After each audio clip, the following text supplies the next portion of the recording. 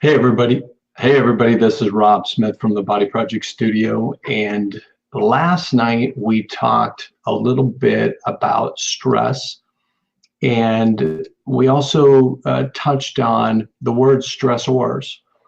So we think about stress, obviously everybody has stress, but again, most people when it comes to stress, they think only in terms of emotional stress, but there's multiple landmines out there that we really need to learn to sidestep to ensure optimal physiological functioning, optimal health in general.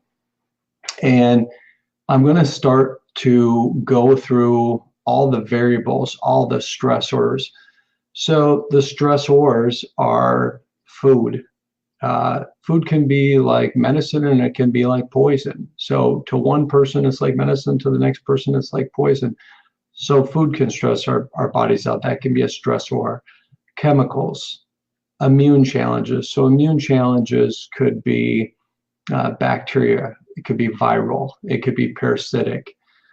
So the immune challenges can really stress out our body. Heavy metals, that can come from mouth pathology, from dental work, dental crowns, dental fillings, uh, eating foods from a can, electromagnetic stress from a computer, from cell phones, and then microwave ovens are a biggie. Thermal stress, being too hot or too cold. These are all stressors to the body. And the body has so much capacity to deal with stress, and then breakdown occurs. Remember, the body is designed to function optimally in homeostasis. The body's designed to work in balance. That's what homeostasis is. And so we've got these very delicate homeostatic mechanisms. So hormonally, if we're out of balance, bad things happen. If our pH balance gets out of balance, bad things happen. If our body temperature, our blood pressure, our cholesterol, any time our body gets out of these delicate balances, bad things are going to happen. So it's our job to really learn to eliminate or minimize these stressors. Another stress is, and this is one that we find that can have a real significant impact on our clients' health, and that is scars from a surgical scar. It can be from a hysterectomy or cesarean. It can be also in terms of surgical scars, if a person had like a hernia scar, that can also create problems. So scars are really very, very neurologically interfering. So we have to make sure that when we have a stressor on our body, we know what particular stressor could be creating physical problems and then how to address them. And then another one is structural. So if you had a subluxation, so your low back was out of alignment, or your neck was out of alignment, your jaw was out of alignment, that is a tremendous stressor to the body. And so over the next couple of days, I'm really going to dig into the stressors, the things that are really impeding nerve flow through the body. And so the one thing that it doesn't matter if you're in the conventional medicine space or you're in the alternative healing space, the one thing that I found that nobody will refute, nobody, and this is the one thing both sides agree on, is when your body is out of balance, bad things happen. When there's a blockage of any kind, bad things happen. So in conventional medicine, it could be a blockage of blood flow and nerve flow or lymph flow. Okay, what happens when you have those things? Bad things happen. Okay, in Eastern philosophies or alternative philosophies, we talk about life force, chi, prana. In the end, it doesn't matter what you use in terms of terminology. In the end, it's all about energy and it's all about flow. So just remember, blockage is the enemy. We always want to maintain flow. We always want to maintain balance. And so when we think of a positive analogy, we think of a beautiful mountain stream, free flowing and vibrant. When we have a healthy body, it's like we have a healthy mountain stream. But when we have an unhealthy body, it's literally like a swamp. There's stagnation and there's acidity. And that's when the body starts to go through destruction because there's no flow. And so when we look at the body and we look at a healthy person, what even constitutes a healthy person? What does a healthy person even look like? Well, a healthy person can actually, if we take a look at this chart, the first thing we're going to find is, number one, a person should have high energy. And we talked a little bit yesterday about the number one reason why people go to the doctor today is because of stress. And it's really because of a stressor affecting the body, and then the stress load becomes too much and breakdown occurs. But another reason why people end up going to the doctor is because of fatigue. And there's so many people today that are struggling with energy. And what are they doing? They're stimulating their central nervous system by taking things like caffeine. So they're drinking lots of coffee. They're taking caffeine supplements.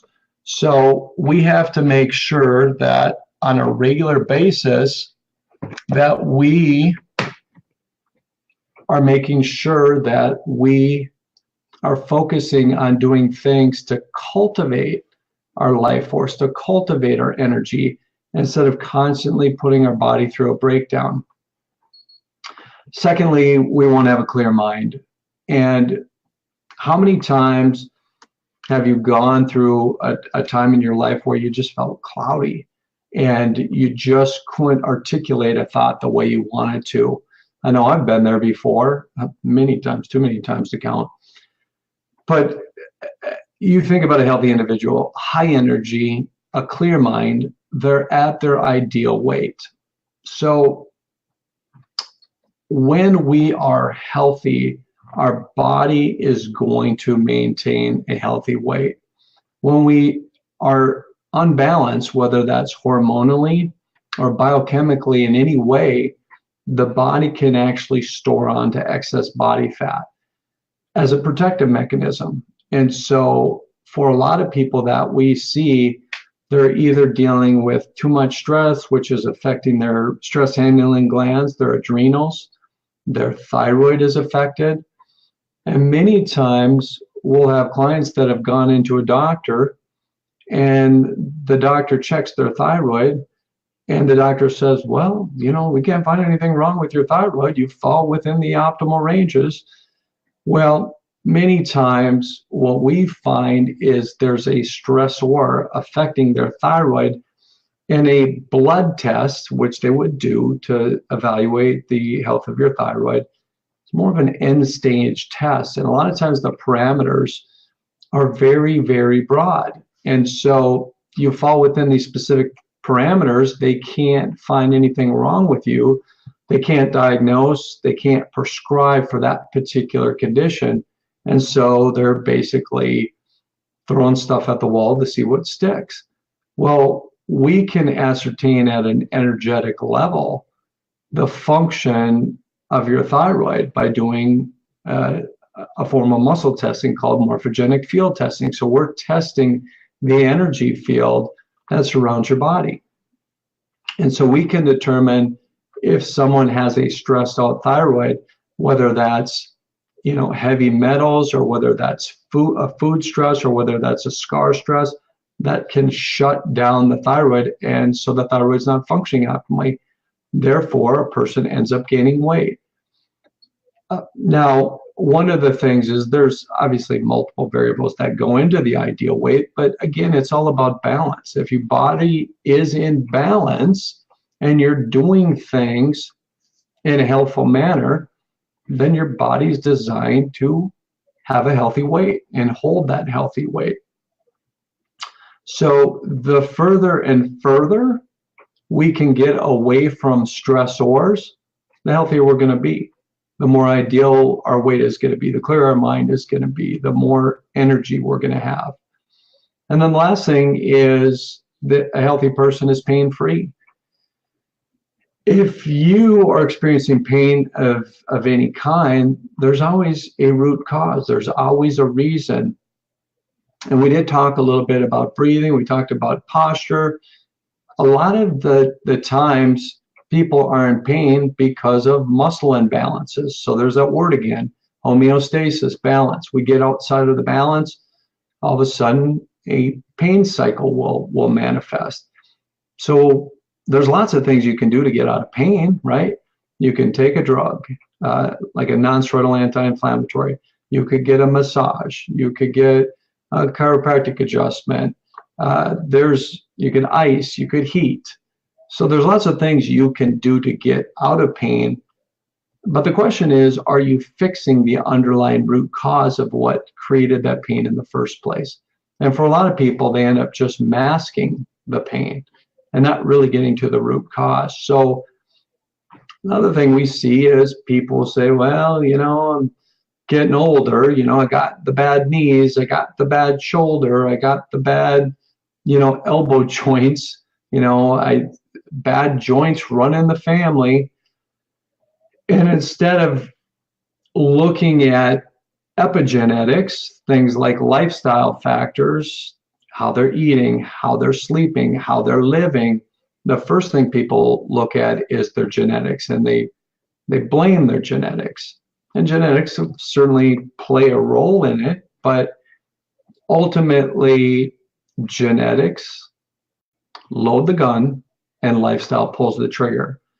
So we have to be aware of what are we doing on a regular basis to optimize our own health. And so if you look at the left side, it starts with nutrition. And I've got on here custom nutrition.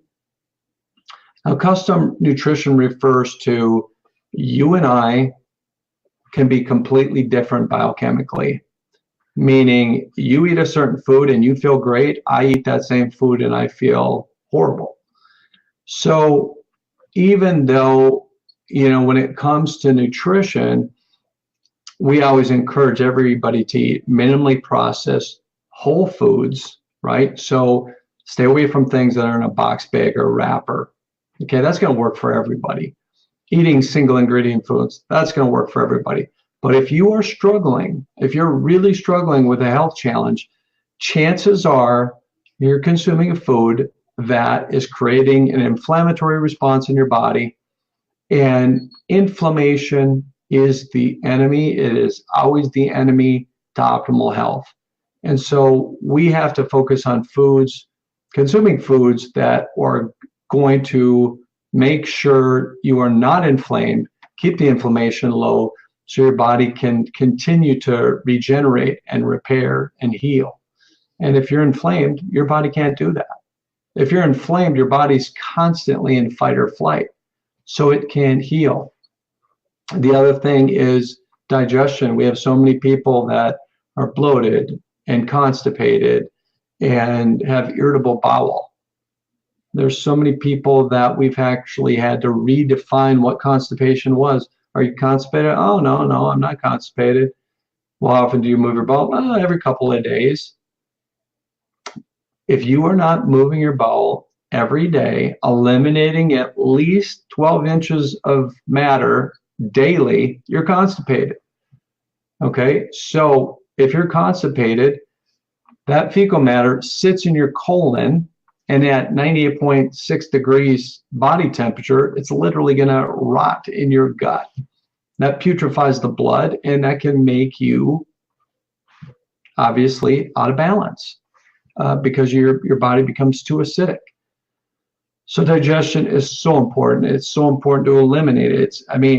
How well is your car going to operate if you got a banana in the tailpipe, right? So it's not going to work very good. Right, so we have to make sure our detoxification pathways are open, and it starts with eliminating.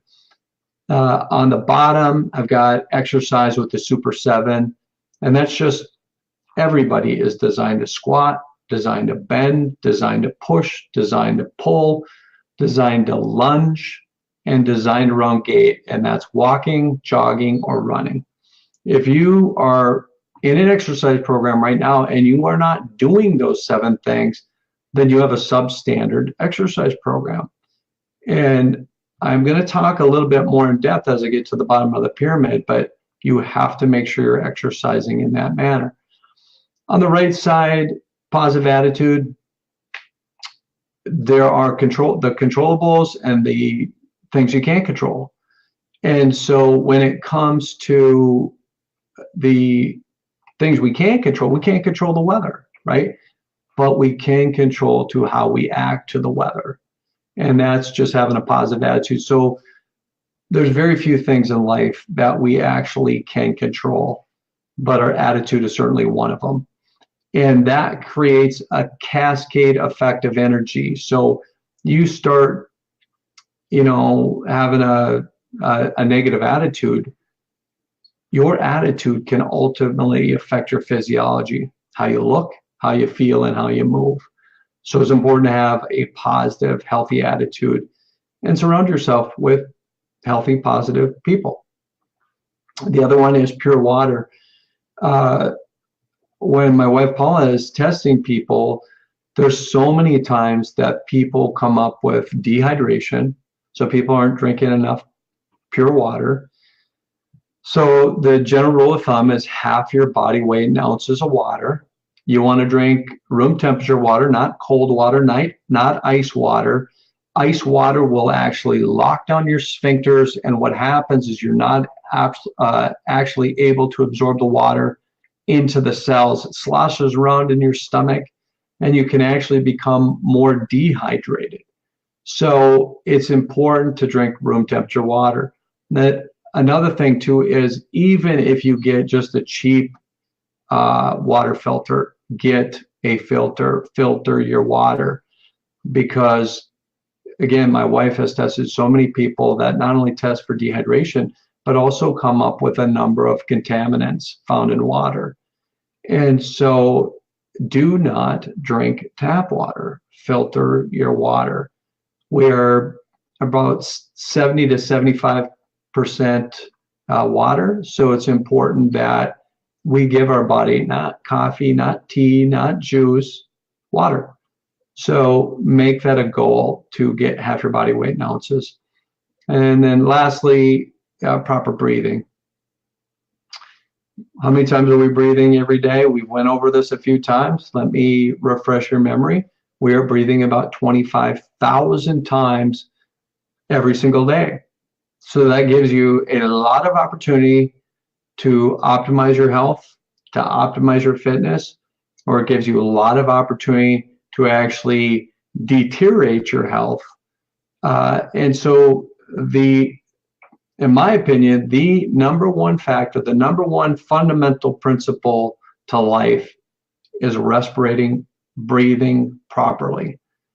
And so we find about 90% of the population is breathing at about 50% capacity. 90% of the population is breathing at 50% capacity. I've gone through this before, but I'll just tell you, I've worked with pro athletes in football, in hockey, and in baseball. I've worked with professional boxers. I've worked with, obviously, Division I athletes, Olympic athletes as well. And I have not found one person who was breathing optimally. And we have tested hundreds and hundreds of people that come through the studio. Nobody is breathing correctly. And the people that really learn how to breathe properly, their physiology, how they look, how they feel, and how they perform is forever changed. So that is a biggie. So a lot of information I covered tonight, and what a healthy person should look like. And tomorrow I'm going to get into, let me just show you what I'm going to get into. So these are all the things that empty your bucket, accelerate aging, and take away from your health. And these are all the things that I mentioned earlier in the broadcast. And so we're going to dig in each of these components so you can start to connect your own dots. You're going to see these are all the things that are emptying my physiological bucket. And then, of course, moving on, we're going to figure out what you need to do on a regular basis to fill your bucket. You think of your body as a big battery. Okay, think of your body as a big battery. Either you're doing things that are going to deplete that battery, or you're doing things to charge the battery. And as we start to lose our charge, as we start to lose our electrical charge, what happens is we become very vulnerable to disease of any kind. Disease flourishes with a low electrical charge. Our bodies are bioelectric. So we need to do things on a regular basis to keep our charge high. We need to do things that are going to balance our body. And so as we move forward, what I want you to do is take a nugget out of each of these broadcasts and figure out how you can implement them in your life. What are some of the things you're currently doing that you know that you should be doing, and start knocking some of these things off your list. So hopefully you got some value tonight. You learned a number of things. Again, we covered a lot of information, but we're going to dig a little deeper into this information tomorrow. If you did get value tonight, if you would please like the video. If you've got a friend or family member that you know might be able to benefit from this information, please go ahead and share the video. And until I see you tomorrow, stay well, and I look forward to seeing you tomorrow. Bye-bye.